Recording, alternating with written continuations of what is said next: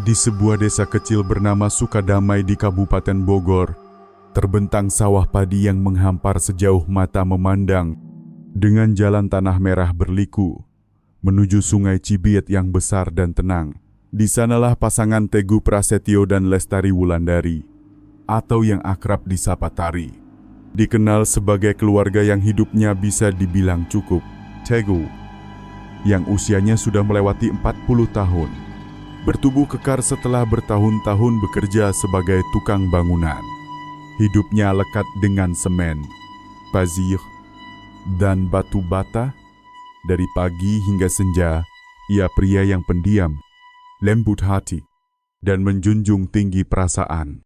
Wajahnya yang legam karena matahari menyimpan guratan ketulusan seorang pekerja desa.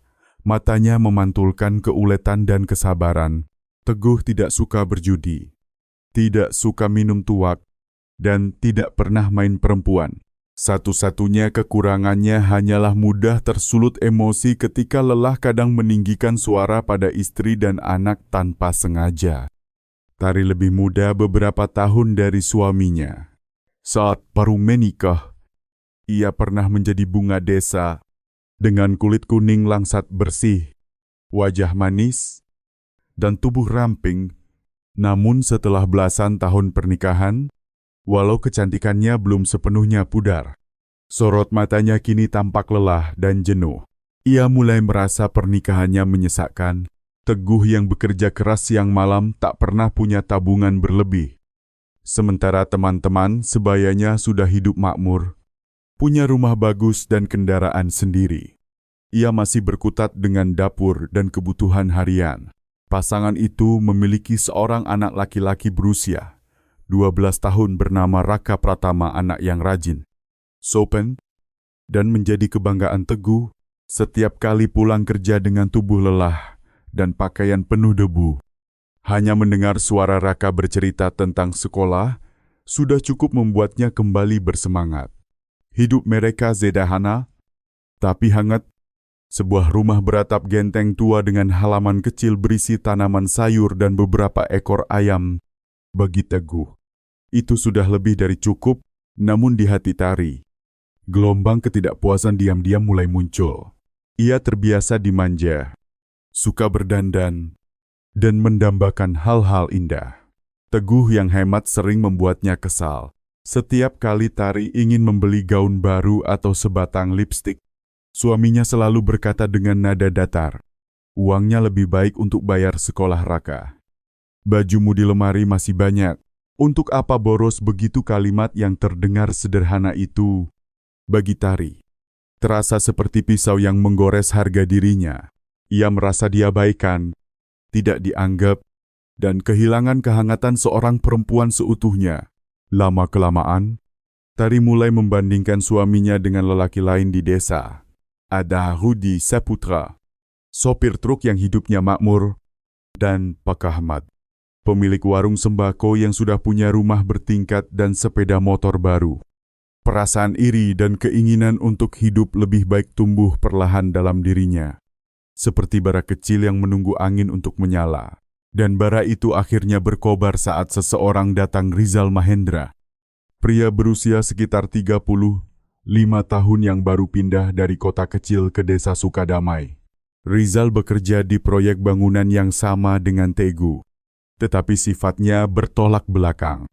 Teguh pendiam dan tulus, sedangkan Rizal pandai berbicara, manis mulut, dan berpenampilan gagah berdebu seperti lelaki pekerja keras yang memikat banyak perempuan di desa. Rizal segera menyadari sorot mata kosong Tari, tanda kesepian yang terpendam. Sejak itu, Rizal sering mencari alasan untuk mampir ke rumah Teguh. Kadang ia pura-pura meminjam meteran, kadang meminjam palu, padahal tujuannya hanya untuk berbincang dengan Tari. Awalnya Tari menjaga jarak, tapi perhatian lembut dan kata-kata manis dari Rizal perlahan meluluhkan hatinya. Ia tahu cara memuji, tahu cara membuat percakapan terasa hangat, dan yang terpenting, tahu bagaimana membuat seorang perempuan yang haus kasih sayang merasa kembali berarti. Suatu siang, saat Teguh belum pulang dari proyek, Rizal datang. Tari sedang menenteng baskom cucian menuju sumur tua di halaman. Melihat itu, Rizal segera mendekat dan menawarkan bantuan. "Biar saya angkat, Bu Tari. Perempuan seharusnya tak perlu capek begini."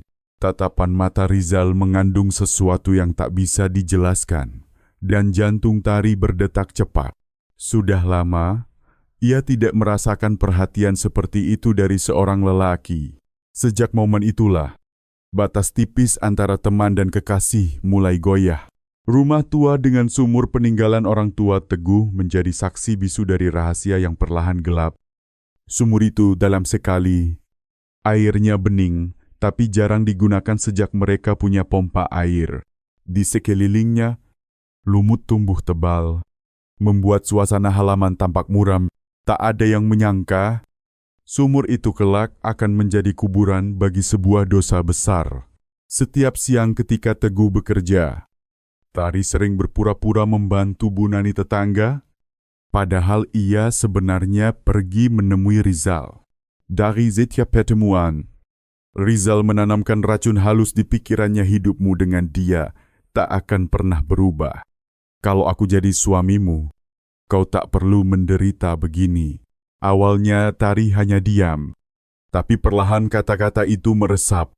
Ia mulai melihat suaminya bukan dengan rasa sayang, melainkan dengan kebencian. Sementara Rizal, di balik hubungan gelap itu, menyembunyikan niat jahat. Ia tahu, bila Teguh hilang, ia bisa memiliki Tari sekaligus menguasai harta sederhana keluarga itu, rumah tua, tanah kecil, dan sedikit tabungan. Teguh sebenarnya mulai curiga. Tari semakin jarang bicara, sering menghindari tatapan, bahkan kadang pulang terlambat tanpa alasan jelas. Pernah sekali Teguh melihat istrinya diam-diam menerima telepon dengan nada lembut yang tak biasa. Saat ia bertanya, Tari menjawab ketus, "Teman lama cuma tanya kabar." "Kenapa tanya-tanya kayak polisi saja?" Teguh terdiam, tapi hatinya mulai diliputi rasa cemas. Raka, dengan kepekaan seorang anak, juga merasa ada yang ganjil. Ia sering melihat ibunya berganti pakaian rapi di siang bolong dan pergi entah kemana. Ketika ditanya, Tari hanya tersenyum. "Ibu ke rumah Bu Nani sebentar." "Kamu belajar yang rajin ya." Tapi ketika Raka benar-benar ke rumah Bu Nani, wanita itu bilang seharian belum melihat Tari. Potongan-potongan aneh itu membentuk bayangan buruk di benak Teguh. Meski ia tetap mencoba menenangkan diri, mungkin ia hanya berprasangka. Namun dalam diam, hubungan terlarang antara Tari dan Rizal semakin berani. Mereka tidak hanya bertemu di pinggir sawah atau gubuk kosong, tapi kadang di dapur rumah Teguh sendiri. Saat yakin suami dan anaknya tak di rumah, Tari tahu ia berbuat dosa, tapi semakin mencoba berhenti. Semakin dalam ia terjerat. Rizal bagai minuman tuak yang manis sekaligus memabukkan. Setiap kali usai bercinta, Rizal berbisik di telinganya, "Kalau dia masih hidup, kita takkan pernah bebas, hanya butuh satu langkah. Dan semua ini jadi milik kita." Kata-kata itu, yang dulu membuat Tari gemetar ketakutan, kini mulai terasa masuk akal. Suatu malam, setelah Raka tertidur, Tari duduk di serambi menatap ke arah sumur tua di bawah sinar bulan pucat. Angin berdesir lembut melalui rumpun bambu, membuat bayangan di air sumur bergerak seperti menari. Suara Rizal menggema di kepalanya. Sumur itu dalam sekali. Kalau sesuatu jatuh ke sana, tak akan ada yang menemukannya. Tari memeluk tubuh sendiri. Jari-jarinya menggenggam kuat ujung kain. Ia tidak sadar. Di saat itulah benih kejahatan mulai tumbuh di pikirannya. Sejak malam di bawah bulan itu, kehidupannya berubah. Di siang hari, ia tetap jadi istri dan ibu yang tampak normal. Tapi setiap kali Teguh pergi bekerja, ia berubah menjadi sosok lain, berani, tergila-gila, dan haus dosa. Cinta terlarang itu kini menuntun mereka ke jalan gelap tanpa jalan kembali. Dalam benak Tari, bayangan itu sekaligus menakutkan dan menggoda. Ia bertanya pada dirinya sendiri jika dia lenyap. Apakah kebahagiaan akan datang kepadaku? Atau justru yang menanti hanyalah sebuah lubang tanpa dasar?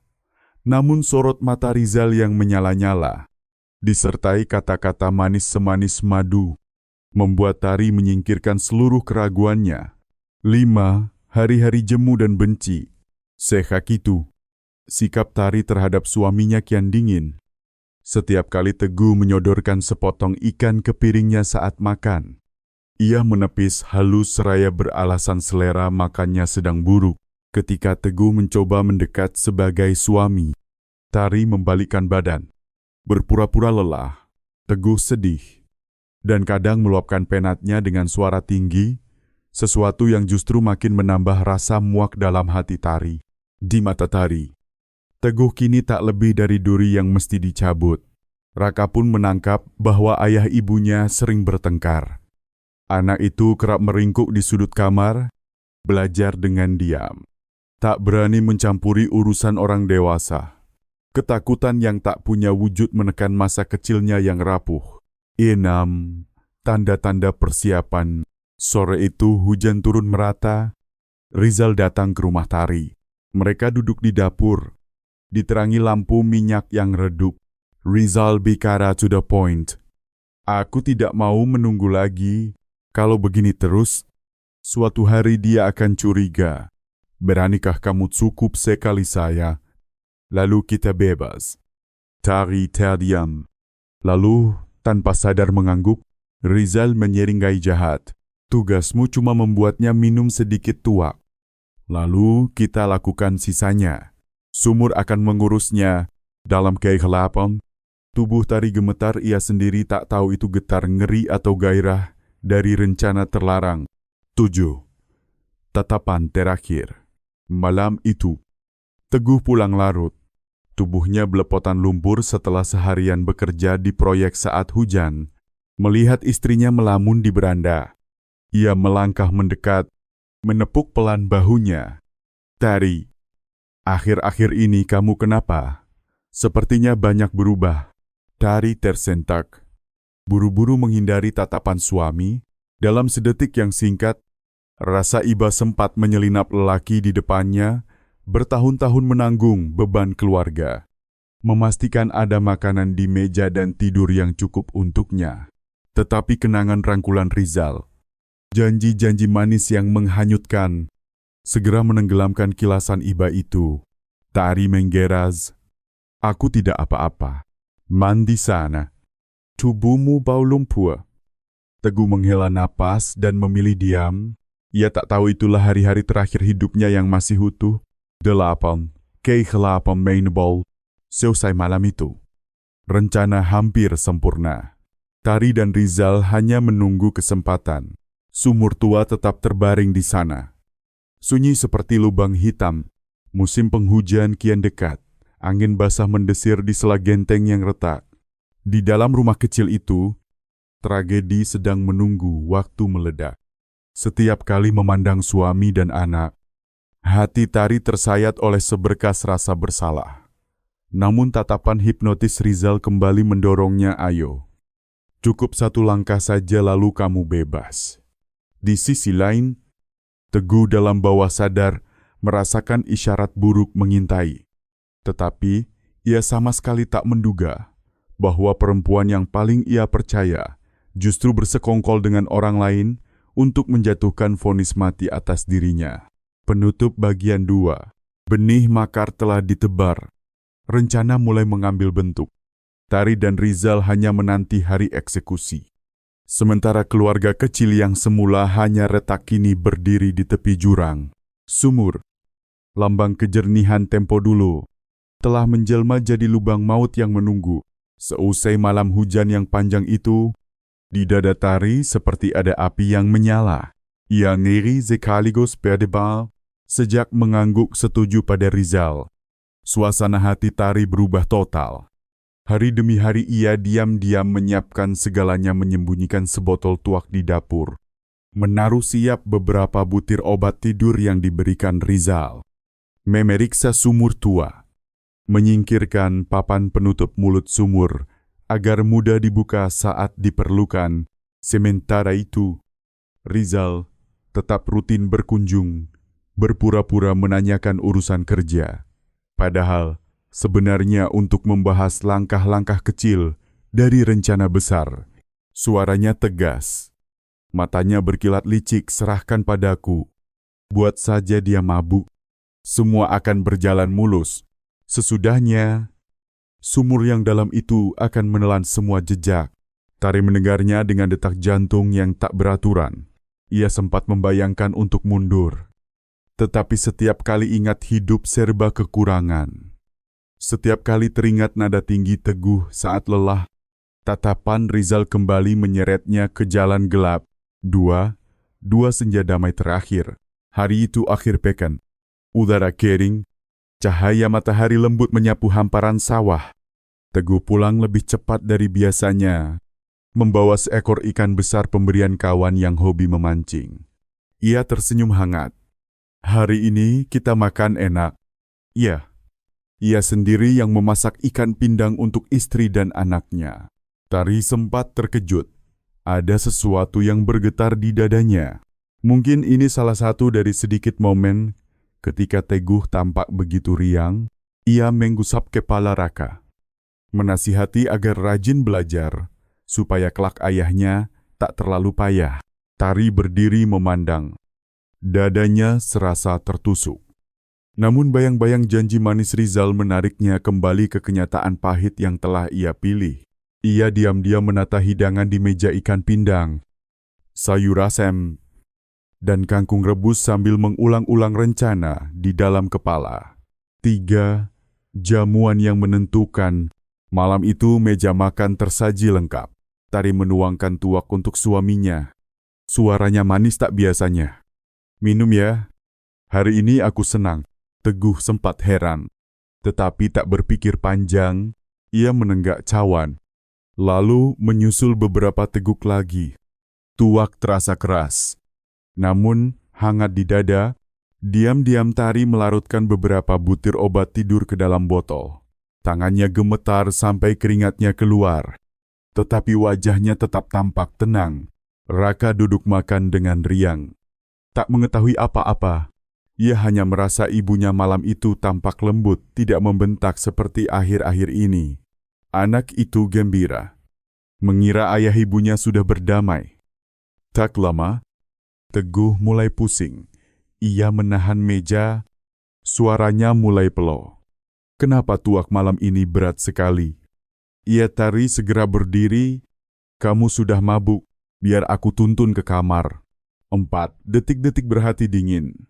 Begitu Raka berlari ke rumah Bu Nani sesuai pesan ibunya. Rizal mengkul. Ia masuk, melirik Teguh yang tergeletak di ranjang. Lalu mensibir. Waktunya. Tari gemetar hebat, tetapi mengangguk juga. Keduanya menggotong Teguh yang nyaris tak sadar keluar ke halaman. Malam pekat, hanya suara serangga mengiringi. Sumur yang menganga tampak di depan mata. Tari terpaku. Kedua kakinya seolah tertanam dalam sedetik yang membeku. Ia melihat kembali masa mudanya. Tahun-tahun menjadi istri dan ibu berkelebat pulang. Rizal Mendezes. Cepat, kalau sudah memutuskan. Jangan mundur. Dalam panik, Tari melepaskan genggaman. Tubuh Teguh didorong keras oleh Rizal dan jatuh ke sumur. Suara plung terdengar. Gema singkat lalu sunyi. Riak air berbuih sebentar. Kemudian tenang kembali. Tari tersungkur. Seluruh tubuh bergetar. Rizal tenang saja menarik papan penutup. Menindihnya dengan beberapa batu bata. Selesai. Mulai sekarang kau bebas. Katanya datar. Tetapi di dalam diri Tari, sebuah jurang ngeri baru saja terbuka. 5. Sang suami yang menghilang. Pagi-pagi, Tari berpura-pura panik karena Teguh tidak pulang selepas minum-minum. Ia berlari ke rumah tetangga, menelepon beberapa rekan kerja Teguh, lalu pulang sambil terisak. Mungkin dia terlalu mabuk dan jatuh ke sungai. Warga desa geger. Beberapa pemuda menyusuri tepi sungai, tetapi tak menemukan apa-apa. Babin Kamtipmas dari Polsek datang mencatat. namun masih menganggapnya sebagai kasus orang hilang biasa. Di hadapan orang banyak, Tari tampak berduka, tetapi malamnya ia dan Rizal masih sempat bertemu dengan wajah datar. Kedinginan sikap mereka membuat orang lain sulit curiga, kecuali satu Raka. 6. Mata seorang anak di hari ayahnya hilang. Raka menangis sejadi-jadinya, tetapi jauh di dasar hati, ia tidak percaya ayahnya begitu saja jatuh ke sungai. Malam itu ia melihat bayang-bayang asing di halaman, mendengar suara aneh dekat sumur.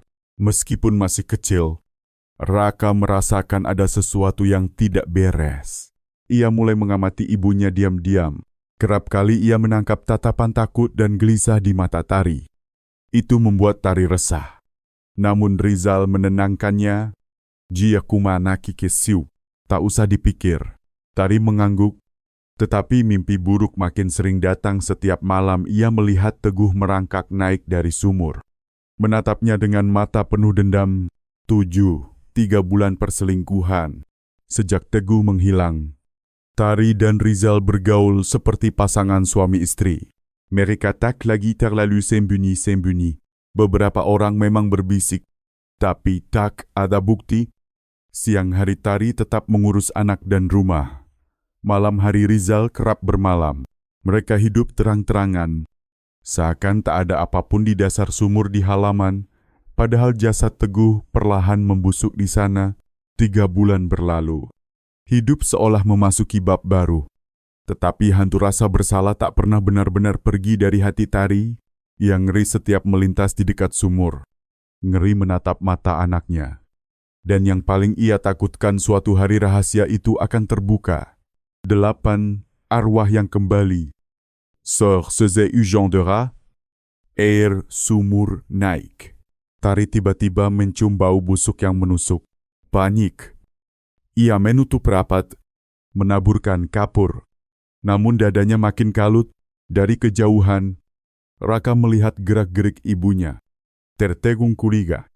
Lalu berlari ke rumah temannya dan berbisik bahwa sumur di rumahnya berbau aneh. Kabar itu pun merambat di kampung. Tari pukat pasi. Ia paham, rahasia yang disangka terkubur bisa digali kapan saja. Penutup bagian 3. Malam kejahatan telah berlalu. Teguh menghilang dan dilenyapkan di sumur. Tari dan Rizal menyangka lolos, bebas berselingkuh selama 3 bulan. Tetapi hantu dosa terus membayangi. Kecurigaan anaknya dan bau jenazah dari sumur perlahan menyeret kebenaran ke permukaan. Setelah hujan deras, air sumur naik membawa gelembung aneh. Bau anyir menusuk memenuhi halaman. Tari kelabakan, menaburi kapur, menutup dengan papan, tetapi aroma maut tetap membuntuti seperti kutuk yang tak bisa dihapus. Tetangga mulai berbisik aneh. Kenapa sumur di rumah Bu Tari bau sekali? Jangan-jangan ada bangkai di bawah. Dada Tari berdebar kencang. Ia hanya bisa memaksakan senyum. Mungkin tikus atau kucing? Kok. Namun ketakutan kian mengembang. Malam-malamnya hancur ia terbangun sambil berteriak. Membayangkan Teguh muncul dari kedalaman. Wajah pucat dan mata membara. Raka makin pendiam. Ia sering duduk menatap halaman, tepat ke arah mulut sumur yang tertutup. Suatu kali ia bertanya, "Bu, kenapa sumur kita baunya aneh? Seperti ada sesuatu yang mati di bawah." Tari tersentak dan membentak. "Anak kecil jangan bicara sembarangan, belajar sana." Raka menunduk. Tetapi kilat curiga menyala di matanya. Ia mengingat malam ayahnya hilang suara aneh di halaman. Siluet seorang lelaki lewat. Sekaki itu. Benih curiga dalam hati bocah itu tumbuh semakin besar. 3. Gosip kampung. 3 bulan berlalu. Hilangnya Teguh tetap tanpa jawaban. Ada yang bilang ia mabuk dan jatuh ke sungai. Ada yang menebak ia merantau. Tetapi yang lebih ramai dibicarakan adalah sikap Tari. Seorang perempuan yang baru kehilangan suami seharusnya larut dalam duka. Bukannya santai keluar, masuk bersama Rizal. Mereka tak lagi menutup-nutupi. Bahkan kadang terang-terangan pergi ke pasar dan ke masjid bersama. Seorang nenek tetangga menggeleng heran, "Aneh benar, suami baru saja hilang kok sudah membawa lelaki pulang. Jangan-jangan ada yang disembunyikan." Desas-desus tentang Tari menyebar ke seluruh kampung. Setiap kali ia ke jalan, berderet tatapan mengintai penuh meremehkan. Ia geram dan menceritakan semuanya kepada Rizal, tetapi lelaki itu hanya mengangkat bahu. "Biarkan saja omongan orang, yang penting kita hidup bersama." Meski ucapannya begitu, dada Tari kian berat. Ia mulai sadar bahwa kebebasan yang dijanjikan Rizal tidak semanis bayangannya. 4. Hantu di dalam kepala. Tari tak lagi tidur nyenyak. Tiap memejamkan mata, bayangan Teguh muncul dengan wajah belepotan tanah. Sorot mata menyala marah. Pernah suatu malam ia menyerit. Keringat membasahi seluruh tubuh. Sampai Rizal harus mengguncang bahunya. "Sedar, tidak ada apa-apa. Kamu ini penakut," katanya dingin. Semakin dingin Rizal, semakin kalut Tari. Ia takut melangkah ke halaman. Ngeri mendengar bunyi tetes air dari sumur. Gentar menatap mata Raka. Dan gentar pula pada bisik-bisik tetangga. Rizal berbeda, ia tetap tenang. Malah sering kesal karena Tari dianggap lemah. Rasa sayangnya memudar. Ia lebih kerap membentak dan memerintah. Tari merasa dirinya kian terjepit suami sudah mati. Kekasihnya menampakkan wajah kejam.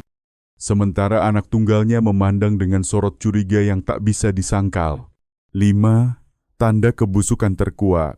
Suatu pagi, Babin Kamtipmas bersama beberapa linmas dari Polsek datang memeriksa sumur karena ada laporan bau aneh dari rumah Tari.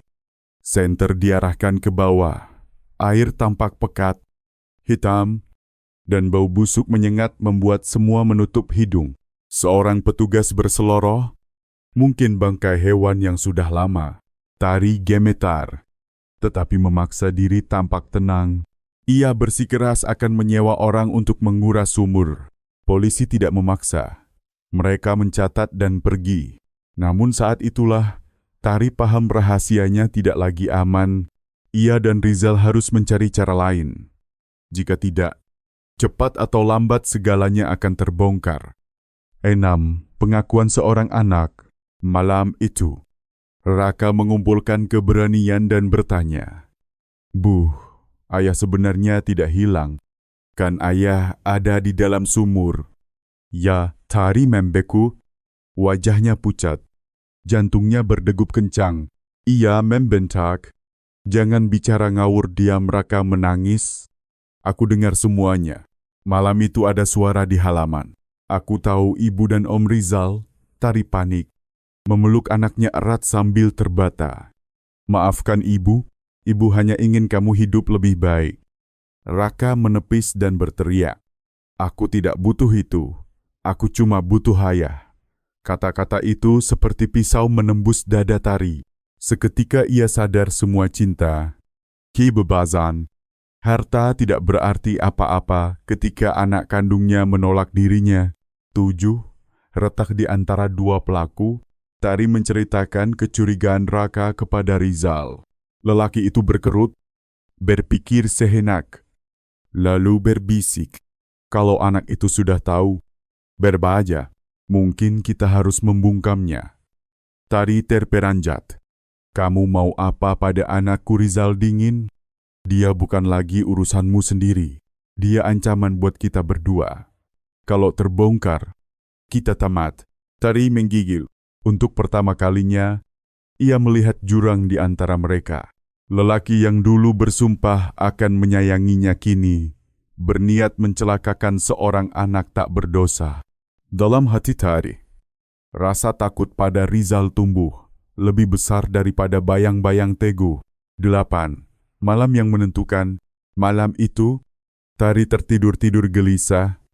Ingatannya mengambang pada hari-hari bersama suami dan anak. Hidup memang sempit, tapi ada hangatnya meja makan, tavaraka, ketekunan Teguh, Kini yang tersisa hanya dusta, dosa, dan seorang lelaki berbahaya. Ia menatap Raka yang terlelap. Air mata menetes. Ia tahu dirinya tersesat, terlalu jauh, masih mungkinkah berbalik. Dalam gelap, bunyi air menetes dari sumur terdengar, seperti peringatan rahasia pada akhirnya akan naik ke permukaan. Penutup bagian 4. Kebenaran mulai timbul. Anak sudah curiga. Tetangga bergunjing. Dan Polsek telah mengarahkan senter ke mulut sumur. Hubungan antara Tari dan Rizal retak. Berubah menjadi rasa takut. Tari berdiri di persimpangan terus meluncur ke jurang. Atau mencari jalan mengaku demi menyelamatkan sisa nurani. Hari-hari setelah kunjungan polisi, kabar di kampung semakin liar. Orang-orang membicarakannya di warung kopi depan Gang Teguh hilang berbulan-bulan. Sekarang sumurnya bau, pasti ada yang tak beres. Katanya malam itu ada bayangan lelaki mondar-mandir di halaman. Rumor setengah benar. Setengah tekaan membuat Tari seperti duduk di atas bara. Kepazah. Ia disapu pandang mata penuh sangka, pulang. Ia mendapati Raka kian dingin dan menjauh. Rizal berlagak tenang. Tetapi di batinnya cemas juga ia tahu. Satu kelengahan saja bisa meruntuhkan semuanya. Dua ketakutan di mata anak. Raka hampir tak bicara dengan ibunya. Setiap melihat Rizal memasuki rumah. Ia sehera menghindar. Malam hari. Ia mencoretkan isi hatinya di buku kecil Aku Rindu Ayah. Aku takut pada Om Rizal. Aku yakin ayah tidak pergi jauh. Aku yakin ayah ada di dalam sumur. Tulisan tangan yang gemetar itu menyimpan luka seorang bocah. Raka pun mulai mencari orang dewasa yang ia percaya Pak Guru Arif, wali kelas di sekolah. Kepolosan sekaligus tekadnya menjadi titik balik dosa itu tidak mungkin disembunyikan lebih lama. 3. Kedatangan Polres. Suatu pagi, saat Tari menyapu halaman, 2 mobil dari Polres Kabupaten Bogor berhenti di depan pagar. 3 petugas turun dengan map di tangan. Yang paling depan berkata, Bu Lestari, kami menerima laporan tentang hilangnya suami ibu secara mencurigakan. Mohon kerjasamanya untuk penyelidikan. Tari limbung. Sapu terlepas dari genggamannya. Rizal melangkah keluar dari rumah. Berusaha tenang. Kalian curiga apa Mas Teguh pergi sendiri? Kok. Seorang petugas menatap Rizal tajam. Nanti kami pastikan. Tapi pertama, sumur di halaman ini harus diperiksa ulang. Dada Tari serasa berhenti berdetak. 4. Sumur dibongkar. Linmas dan polisi menurunkan timba. Menggulur tali kidazah. Bau anyir menyergap. Orang menutup hidung. Tak lama, pengait besi mengangkat sepotong kain kerja yang koyak. Belepotan lumpur berwarna koklat kehitaman. Seorang petugas mengamati dan berbisik. Itu mirip pakaian kerja lelaki. Warga berdatangan. Berbisik-bisik. Jangan-jangan jenazah Teguh memang di dalam sumur. Wajah Tari memucat. Lututnya goyah. Rizal memerah. Urat leher menegang. Mungkin ada orang buang bangkai hewan yang dipakaikan baju. Kalian keburu menyimpulkan polisi tak menanggapi. Perintah selanjutnya jelas lanjutkan pengurasan. 5. Kebenaran tersingkap. Hampir 3 jam kemudian. Bagian demi bagian jasad yang setengah membusuk diangkat. Kampung terdiam. Tak ada yang menyangka lagi itu Teguh. Suami dan ayah yang hilang selama 3 bulan. Seorang nenek tetangga menangkup telapak tangan. Lirih berdoa. Tari ambruk. Menanjis meraung. Maafkan aku tidak bermaksud. Rizal diborgol di tempat. Ia masih sempat memaki. Bodoh. Tari, karena tangisanmu semuanya terbongkar tangis. Teriakan dan bisik-bisik bercampur jadi pemandangan yang menyayat. 6. Interogasi. Di Polres. Tari meringkuk dengan mata sembab. Pertanyaan menghujani. Mengapa kalian membunuh? Siapa yang merencanakan? Tari terisak. Aku hanya ingin lepas dari kesusahan. Rizal bilang kalau Teguh mati, aku akan bebas dan hidup lebih baik. Aku tolok. Rizal keras kepala menyangkal. Aku tidak terlibat, perempuan ini fitnah. Tetapi bukti terlalu jelas ia kepada Yasad. Keterangan Raka. Dan banyak saksi soal hubungan gelap. Akhirnya, Rizal menunduk mengakui semuanya. Raka dipanggil memberikan kesaksian, melihat ibunya. Bocah itu menangis terseduh. Kenapa ibu lakukan itu? Aku cuma butuh ayah. Aku tidak butuh uang, tidak butuh kebebasan. Tari menjerit ingin memeluk, tetapi petugas menahan. Air mata anak itu seperti pisau yang merobek hati seorang ibu. Tari mengerti semuanya sudah terlambat. 8. Vonis Kampung. Kabar bahwa Tari dan Rizal membunuh Teguh menyebar cepat bagaikan api. Kampung gempar oleh amarah kejam hanya demi selingkuh sanggup membunuh. Langit dan bumi tak akan merestui. Warga mendirikan meja doa sederhana untuk Teguh. Menyalakan dupa dan menabur bunga. Mendoakan arwahnya. Dari perempuan yang sempat dipandang kasihan, Tari berubah jadi pendosa di mata semua. 9. Malam-malam terakhir di sel. Di lapas, Tari duduk di sel sempit, menelusuri kenangan hari pernikahan yang sederhana. Meja makan keluarga. Tavaraka. Mata Teguh. Air mata mengalir. Ia berbisik. Mas Teguh, aku salah. Aku dibutakan oleh tamak dan nafsu. Kini aku kehilangan semuanya, bahkan anak. Di sel lain, Rizal rebah dan mendengkur seolah tiada apa-apa. Tanpa sesal, dan semakin membuat Tari muak. Ia sadar yang ia kira cinta pada Rizal hanyalah kebutaan. 10. Jalan di depan. Hari sidang kian dekat. Baik Tari maupun Rizal tahu, hukuman akan berat, bisa hukuman mati atau seumur hidup. Satu harapan Tari hanyalah bertemu anaknya untuk berkata maaf. Meski ia tahu mungkin bocah itu takkan pernah memaafkan. Dalam hatinya, ia berdoa agar vonis atas dirinya menjadi peringatan bagi perempuan manapun yang nyaris terperosok, jangan mengulang tragedi yang sama. Penutup bagian 5. Dosa telah disingkap, jasad Teguh ditemukan. Tari dan Rizal ditangkap. Kampung Moka, anak mereka remuk redam. Semua mengarah pada ujung cerita di bagian 6. Pagi musim kemarau dengan udara sejuk, Pengadilan Negeri Bogor dipadati warga. Ini perkara paling menggemparkan desa dalam bertahun-tahun. Seorang istri dan selingkuhannya membunuh suami, membuang jasad ke sumur, lalu masih saja berzinah selama 3 bulan. Ruang sidang penuh sesak tetangga, kerabat, hingga wartawan. Mereka datang bukan hanya karena ingin tahu, tetapi juga karena amarah. Ingin menyaksikan akhir bagi sepasang pelaku. Tari mengenakan seragam tahanan abu-abu. Wajah tirus, mata kosong. Rizal berjalan di sampingnya dengan tangan diborgol. Kepala tetap terangkat menantang. Di bangku depan, Raka duduk bersama Pak Guru Arif.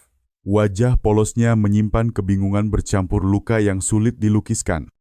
Suara palu ketua majelis hakim menggema, menandai dimulainya persidangan atas perkara pidana yang luar biasa berat. Terdakwa Lestari Wulandari dan Rizal Mahendra didakwa melakukan pembunuhan secara terencana, terorganisir, menghilangkan jejak jenazah, serta menyembunyikan perbuatan pidana. Jaksa penuntut umum berdiri. Suaranya tegas dan terang. Berdasarkan hasil penyidikan, keterangan saksi, dan barang bukti yang kami kumpulkan, kami menyimpulkan bahwa pada malam tanggal 14 bulan itu, terdakwa Lestari dan Rizal telah berunding dan bersama-sama menghabisi nyawa Teguh Prasetyo, suami Lestari. Setelah itu, mereka membuang jasad korban ke sumur di halaman rumah, lalu tetap melanjutkan hubungan gelap selama 3 bulan. Perbuatan ini berwatak keji dan tak berperi kemanusiaan, menimbulkan kemarahan masyarakat, serta merusak tatanan adat kampung dan moral keluarga. Ruang sidang seketika hening. Setiap kalimat dari jaksa terasa seperti pisau yang menyayat hati Tari. 3. Pengakuan terakhir dari Rizal saat dimintai keterangan. Rizal tetap keras kepala. Aku hanya mencintai Lestari. Aku ingin melindunginya dari hidup susah. Kalau itu salah, maka kami berdua sama-sama salah. Aku tidak menyesal, hanya sayang. Rencana kami tidak rapi. Ucapan dingin itu membuat ruang sidang bergemuruh. Seorang nenek tetangga menangis. Keji betul. Manusia macam apa membunuh, lalu bicara enteng begitu. Di sampingnya, Tari gemetar. Air mata jatuh tanpa henti. 4. Tangis orang ibu berdosa. Tiba gilirannya. Tari terisak. Suaranya pecah. Yang mulia, saya mengakui semua. Saya buta oleh nafsu dan rayuan manis. Saya khianati suami. Saya khianati anak. Saya mohon satu hal saja, izinkan saya bertemu Raka sekali lagi untuk memohon maaf. Saya tidak berani meminta lebih. Ruang sidang kembali senyap. Raka tiba-tiba menangis keras. Ibu, kenapa ibu menyakiti ayah? Aku benci ibu. Aku tidak butuh ibu lagi. Banyak orang di ruang sidang ikut berkaca-kaca. Tari menjerit ingin berlari memeluk anaknya. Tetapi dua petugas menahannya. Matanya liar. Raka, maafkan ibu, ibu salah. Ibu mohon ampun. 5. Putusan dibacakan. Ketua Majelis Hakim bersuara mantap. Setelah mempertimbangkan seluruh fakta, menilai sifat kebrutalan dan tingkat bahaya perbuatan, majelis menjatuhkan putusan terdakwa Rizal Mahendra dijatuhi hukuman mati. Terdakwa Lestari Wulandari dijatuhi pidana penjara seumur hidup. Palu diketukkan 3 kali. Ruang sidang riuh oleh bisik-bisik. Tari pingsan sambil tetap menyebut nama anaknya. Rizal tersenyum miring. Matanya seolah tak peduli pada nasib sendiri. 6. Sisa-sisa yang tertinggal. Selesai sidang. Warga desa pulang dengan dada berat. Mereka saling berbisik. Benar adanya, siapa menabur angkara akan menuai celaka, tamak, perselingkuhan, dan pengkhianatan berakhir dengan harga yang mengerikan. Raka dibawa pulang oleh Paman Yudi untuk diasuh. Setiap malam bocah itu menangis memanggil ayahnya, merindukan hari-hari saat keluarganya masih utuh. Luka itu menoreh dalam, menjadi bekas yang takkan pudar. Di rumah lama, meja doa untuk Teguh ditegakkan kembali dengan khidmat. Pada malam-malam tertentu, tetangga menyalakan dupa, menabur bunga, dan mengaji memohon agar arwahnya diberi kedamaian. 7. Pelajaran pahit. Perkara ini ramai diberitakan, menjadi bahan pembicaraan getir di masyarakat. Orang-orang menarik pelajaran perselingkuhan dan keserakahan adalah api yang membakar keluarga. 1 detik kebutaan bisa menghapus segalanya: suami, anak, kehormatan, bahkan nyawa. Karma di dunia ini berjalan adil, keburukan pada akhirnya akan terkuak. Di kampung, para orang tua sering menceritakan kisah ini kepada anak cucu sebagai nasihat tentang kesetiaan, tanggung jawab, dan akibat perbuatan. 8. Malam-malam terakhir Rizal di tahanan, menunggu eksekusi. Rizal masih tampak congkak, namun jauh di dasar hati. Ketakutan pada kematian mulai menggigiti. Malam terakhir ia tak bisa tidur, menatap bulan di balik jeruji, mengingat hari-hari bersembunyi dengan Tari. Ia berbisik, seharusnya aku pergi dan mencari hidup lain. Kenapa terjerumus sejauh ini? Namun sudah terlambat, harga yang harus ia bayar adalah nyawanya sendiri. 9. Hari-hari panjang Tari di lapas perempuan. Awalnya, Tari menangis hingga kehabisan air mata. Lalu perlahan menerima kenyataan.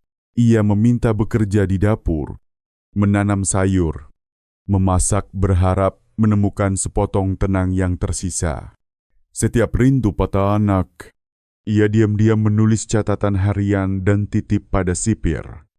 Maafkan ibu, jika suatu hari kamu membacanya. Ketahuilah, ibu sungguh menyesal. Jadilah orang baik. Jangan ulangi jejak ibu. Sisa hidup Tari adalah penebusan dalam kesunyian. 10. Penutup dalam warna budaya. 3 tahun kemudian, di meja doa teguh, Raka yang kini lebih dewasa menyalakan dupa dan berdoa. Ayah, aku berjanji akan belajar rajin. Hidup baik agar ayah tenang. Aku tidak lagi membenci ibu, sebab aku percaya karma telah berjalan. Aku hanya berharap ibu sungguh-sungguh bertobat agar kelak menjadi manusia baik. Asap dupa naik, berbaur dengan gema lonceng masjid dan zikir dari kejauhan. Warga saling berkata, "Sudah, dosa pun sudah dibayar. Semoga arwah yang pergi beristirahat damai. Semoga yang hidup kembali ke jalan lurus." Kisah ini berakhir, meninggalkan pelajaran yang pedih, namun syarat kemanusiaan. Dalam hidup, kesetiaan dan bakti adalah akar. Siapa yang mencabut akar itu, cepat atau lambat akan menanggung bayaran yang sangat mahal.